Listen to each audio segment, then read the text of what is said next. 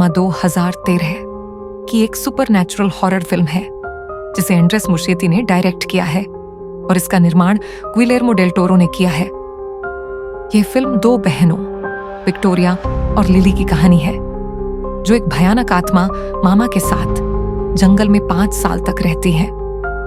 जब वे वापस आती हैं तब उन्हें गोद लेने वाले माता पिता को पता चलता है कि वे अकेली नहीं आई हैं, कोई उनकी रक्षा कर रहा है, एक माँ की तरह, लेकिन वह इंसान नहीं है। फिल्म की शुरुआत में 2008 के आर्थिक संकट के दौरान एक डरे हुए पिता जेफरी डेसांज, जिसने अपनी पत्नी की हत्या कर दी है, अपनी दोनों बच्चियों विक्टोरिया 3 साल और लिली 1 साल को कार में बैठाकर एक घने जंगल की ओर भागता है। कार तेजी से फिसलती है और एक बर्फीली ढलान से टकराकर पेड़ों के बीच फंस जाती है। जेफरी और उसकी बच्चियां किसी तरह बाहर निकलते हैं। जेफरी अपने डरे हुए बच्चों को एक वीरान केबिन में लेकर जाता है।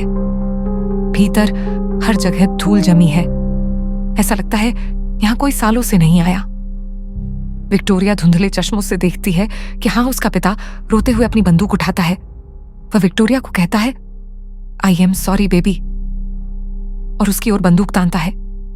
जैसे ही वह ट्रिगर दबाने वाला होता है, पीछे से एक भूतिया आकृति प्रकट होती है। तेजी से बढ़ते काले हाथ जेफरी को पकड़ लेते हैं और वह एक झटके में हवा में उठ जाता है। विक्टोरिया की धुंधली नजर के बावजूद वह देखती है कि कोई कंकाल जैसी आकृति उसके पिता को हवा में उठा रही है। जोरदार धमाके की आवाज के साथ जेफरी का शरीर केबिन की दीवार से टकराता है और वह तुरंत मर जाता है। विक्टोरिया कुछ समझ नहीं पाती, लेकिन तभी एक लंबे हाथों वाली परछाई उसकी ओर बढ़ती है। लिली हंसती है और घुटनों के बल चलकर उस आकृति की ओर जाती है, जैसे कोई मां के पास जाता है। विक्टोरिया डर से कांपती है, लेकिन वह सुन सकती है कि कोई धीमी खराश भरी आवाज में उसे लोरी सुना रहा है। अब इन बच्चियों का ख्याल रखने के लिए मामा आ चुकी है। 5 साल बीत जाते हैं। जेफरी के भाई लुकास और उसकी गर्लफ्रेंड एना कई सालों से इन बच्चियों को खोज रहे हैं। आखिरकार उनकी टीम को वे जंगल में उसी केबिन में मिलती है। जैसे ही वे भीतर जाते हैं, दीवारों पर अजीब चित्र बने होते हैं। लंबे बालों वाली औरत, बड़ी आंखें और छोटे बच्चे। हर कोने में सूखे पत्ते और धूल भरी जगह हैं, लेकिन यह दिखता है कि कोई यहाँ रह रहा था। अचानक एक अंधेरे कोने में 2 चमकती आंखें दिखती हैं। लिली, जो अब पूरी तरह जंगली बन चुकी है, चारों पैरों पर चलती हुई बाहर आती है और अजीब आवाजें निकालती है। विक्टोरिया दीवार के पास छुपी रहती है, लेकिन वह थोड़ा ज्यादा इंसानी लगती है। जब लुकास विक्टोरिया को अपनी ओर बुलाता है, तभी कुछ फुसफुसाने की आवाजें आती हैं। कैमरा धीरे धीरे झूम करता है और दिखता है कि पीछे अंधेरे में कोई हलचल कर रहा है। अब इन बच्चियों को घर ले जाया जाता है, लेकिन वे अकेली नहीं आई हैं। लुकास और एना बच्चियों की देखभाल करने की कोशिश करते हैं। विक्टोरिया धीरे धीरे सामान्य जीवन में लौटने लगती है, लेकिन लिली अब भी मामा के करीब है। लुकास को घर के नीचे बेसमेंट से अजीब फुसफुसाहट सुनाई देती है। वह नीचे जाकर देखता है कि दीवारों पर किसी के लंबे पतले उंगलियों के निशान बने हैं। एक परछाई तेजी से दीवार पर रेंगती है।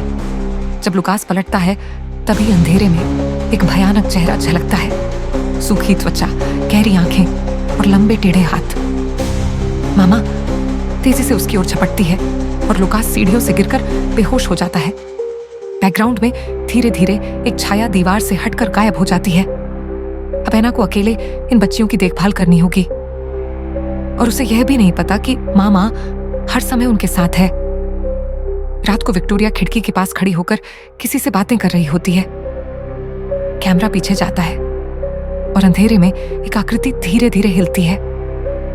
अचानक खिड़की के शीशे पर एक डरावना चेहरा उभरता है।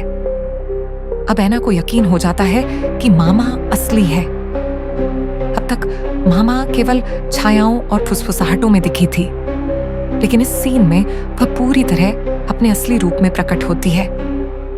लुकास अब भी अस्पताल में है और एना विक्टोरिया और लिली के अजीब व्यवहार से परेशान हो चुकी है। विक्टोरिया अब भी मामा का सम्मान करती है, लेकिन धीरे धीरे एना के करीब आने लगती है। लिली अब भी पूरी तरह जंगली है और रात में अंधेरे में किसी से बातें करती रहती है। एना देर रात अपने कमरे में सो रही होती है। तभी एक अजीब सी सरसराहट सुनाई देती है। कैमरा धीरे धीरे झूम करता है। कोई कोने में खड़ा है। परछाई दीवार पर फैलती जाती है और धीरे धीरे मामा का पूरा आकार बनता है। मामा के लंबे उंगलियां दीवार से निकलकर एना के चेहरे के करीब पहुंच जाती हैं। जैसे ही एना पलटती है, मामा एक झटके में गायब हो जाती है। कमरे में तेज ठंडी हवा चलने लगती है, जैसे किसी ने खिड़की खोल दी हो। अगले दिन एना देखती है कि लिली अपने कमरे में अकेले हंस रही है। एना दरवाजे पर खड़ी होकर उसे देखती है। लिली हवा में कुछ उछालकर पकड़ने का खेल खेल रही होती है।